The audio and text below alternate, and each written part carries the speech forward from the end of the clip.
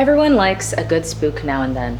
And when it comes to Halloween, Salem, Massachusetts is the ultimate Halloween spot in the world. From ghosts, zombies, and even vampires are said to be wandering this eventful city. But of course, we're reminded of the most prominent historical phenomena, the Salem witch trials, and the hysteria that once held the torments and the executions, majorly of their victims being women, under the accusation of them practicing witchcraft. However, not many seem to know that much about Salem, or the deeper history of the witch trials that took place. So stick around and let's find out together our top 10 disturbing events from Salem you weren't taught in school. Number 10, Dead Horse Beach. This is going to be one of the lightest topics on our list, so let's start off with a poorly said joke. What do you call a horse that lives next door? A neighbor.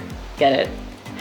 I don't know where I was going with this. I'm sorry. Anyways, in the 1850s, the people in Salem would bury their dead horses on a beach, located at Willow Park. Originally just named Horse Beach, the location in itself was pretty far from town, so once they started burying their dead horses on said beach, they decided to then just change the name to just Dead Horse Beach, just in case anyone forgot or needed to know where to bury their horses. Not to be confused with Dead Horse Bay, which is located in New York. That one is because at around the same year, there were dead horses around and horse rendering farms were in the area, a farm where they broke down byproducts of dead horses. The 1850s was a wild time. Not a good time for the horses. After all, it must have been a nightmare. Sorry.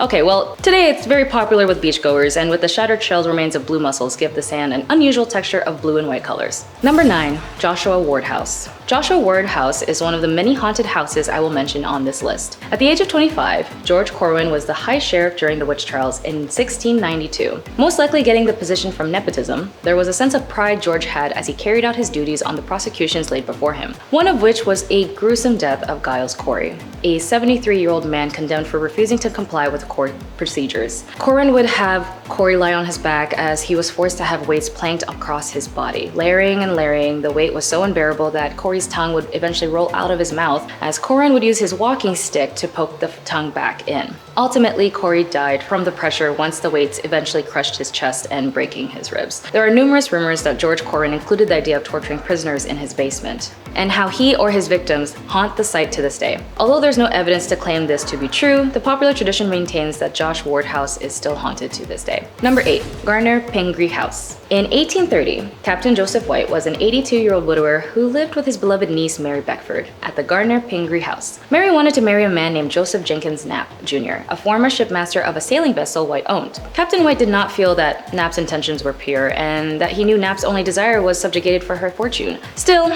she married him anyway, and the captain disowned her. Knapp felt that if the captain died, the inheritance would surely be hers.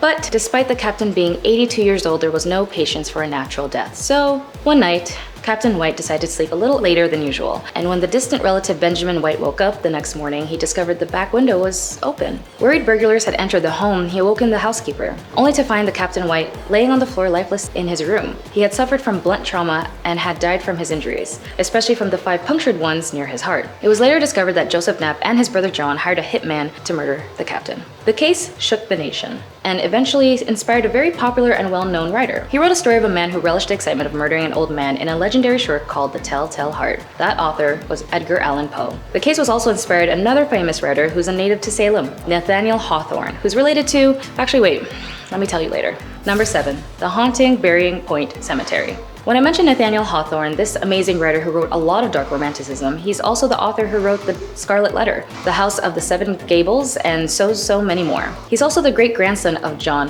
Hathorne, who is buried at the Burying Point Cemetery. And if you're a little rough with your history, John Hathorne was one of the notorious leading judges that sentenced so many lives lost during the infamous witch trials. And despite his notoriety of being a judge, the truth is he was never legally trained as a trusted law official. But like many other judges at the time, were just wealthy merchants. He owned a wharf and a liquor license, a landowner with property. He had no certification to make actual legal justifications and always presumed guilt. He took in a lead-in questioning, backed accusers, and believed in the minimal evidence and tests used to see if one was a witch. At one point, he even accused a 4-year-old for witchcraft. Hathorne died at the age of 76, never apologizing for his role during the Salem witch trials. And with many high-profile decision makers of the trials also laid to rest here, the Burying Point Cemetery are left haunted memories of the unjust decisions utilized against the innocent. Visitors have claimed seeing shadowy figures and eerie occurrence, especially around Hawthorne's grave. As for Nathaniel Hawthorne, the descendant of the judge, has completely disowned his distant relative, which is why he adjusted his name to Hawthorne with a W, as a way to push away his relation from the judge,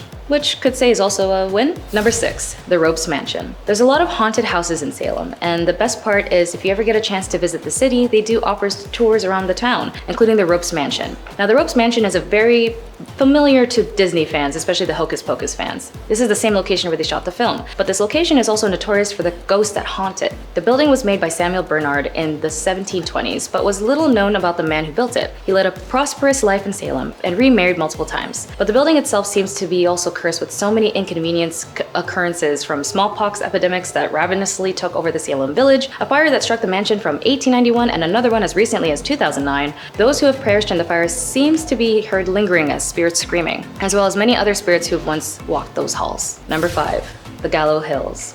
You may have heard of the haunting of the Hill House, but have you ever heard of the Gallow Hills? There were some of the true locations of the Gallow Hills was quite a puzzling question for some time. It wasn't until January 2016 where they found the actual location, where they discovered through rumors listed in records. In 1692, Rebecca Ames and other women were believed to be practicing witchcraft and were removed from their home. As she was forced to turn down Boston Street is where she could see the gallows ahead for Salem Village. Later that day, Ames found herself in a trial, and according to the report, she was asked if she witnessed the execution that morning.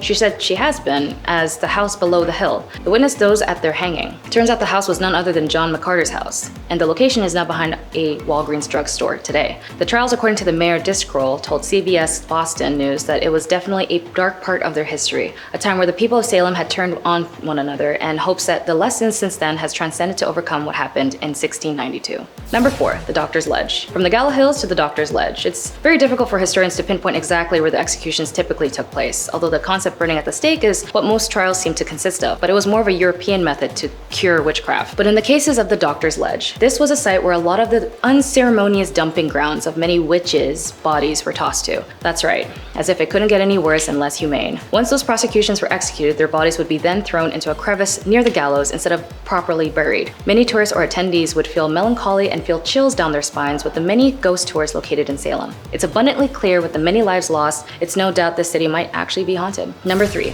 the Witch House. We mentioned that horrible Sheriff George Corwin and his nepotism earlier on the list. Well, guess who he's related to? None other than Judge Jonathan Corwin, a judge who served on the court which sentenced 19 people to death by hanging for witchcraft. Still standing after 400 years, many people believe because of Corwin's involvement with the witch trials, then the location of the home is a frequent number of spirits of those he had sentenced to death. Other visitors have noted Corwin himself roaming the halls, and in addition, his descendants who passed early in life. Number 2, the winter of 1692. Now, for the top 2, we'll divide this back towards the beginning, the start of it all.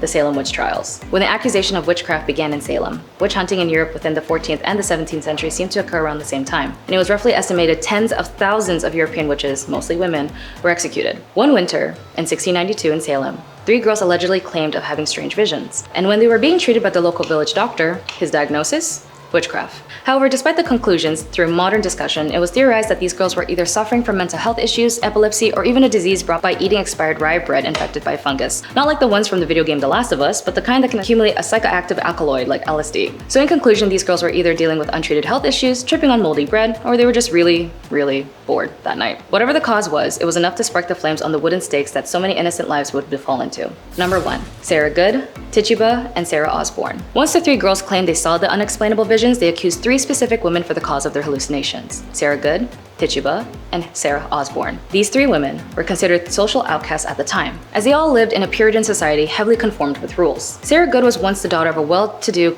tavern owner who died when she was 16. With no will or proof of ownership of his land, Sarah Good was left with no dowry or any prospects for marriage, and when she did marry, she was left with even more debt from her deceased husband, Daniel Poole. Sarah Good was forced to resort to begging, alongside with her new husband, William Good, and their daughter, Dorothy Good, who at 4 years old was accused of witchcraft. And you can guess who accused her. It was mentioned back at number 7. Although her true origins are unknown due to lack of documentations of enslaved individuals, Tituba was considered to be either an enslaved native or African woman. She lived in Salem and worked under the Reverend Samuel Parris. Although she did survive the witch trials by confessing, she still suffered under poor conditions living in the Boston Gaol. Revealing in an interview in 1693, Tituba confirmed that Samuel Parris had beaten a confession out of her and coached her on what to say during the trials, which leads us to Sarah Osbourne. See, during the witch trials, Sarah Good and Tituba had both accused Osbourne of being a witch. Sarah Osbourne was the most well-off out of the 3, as her first marriage was to a wealthy man named Robert Prince, and Robert was close to his brother-in-law, Captain John Putnam, part of the noble Putnam family and a true Puritan. Hostilities between Sarah Osbourne and the captain grew after she claimed Robert's estate was hers when he had died. In societal norms, this was not okay since Robert had bestowed his entire estate to his brother-in-laws, the Putnams. Because of depression, long illness, and the legal tensions with the Putnam family, Sarah Osbourne could not attend to church or town hall meetings for almost 3 years, which gave the Putnams, Reverend Samuel Parris, and those probably jealous of Sarah Osbourne, all the more reasons to accuse her of witchcraft. Now, when you think of scary stories or horror stories, there's always this cognitive understanding that it has to do with something with the supernatural or beyond ourselves of comprehension, like demons or ghosts. But in truth, the real horror is ourselves, people. To these very real human beings, they generally felt justified that what they were doing at the time was morally correct, but in the cases regarding the Salem witch trials, it really wasn't. With its rich history, Salem still remains one of the most attractive tourist location spots, especially on Halloween. Thank you for watching, and be sure to like and subscribe. My name is Jessa, and I'll see you in the next one.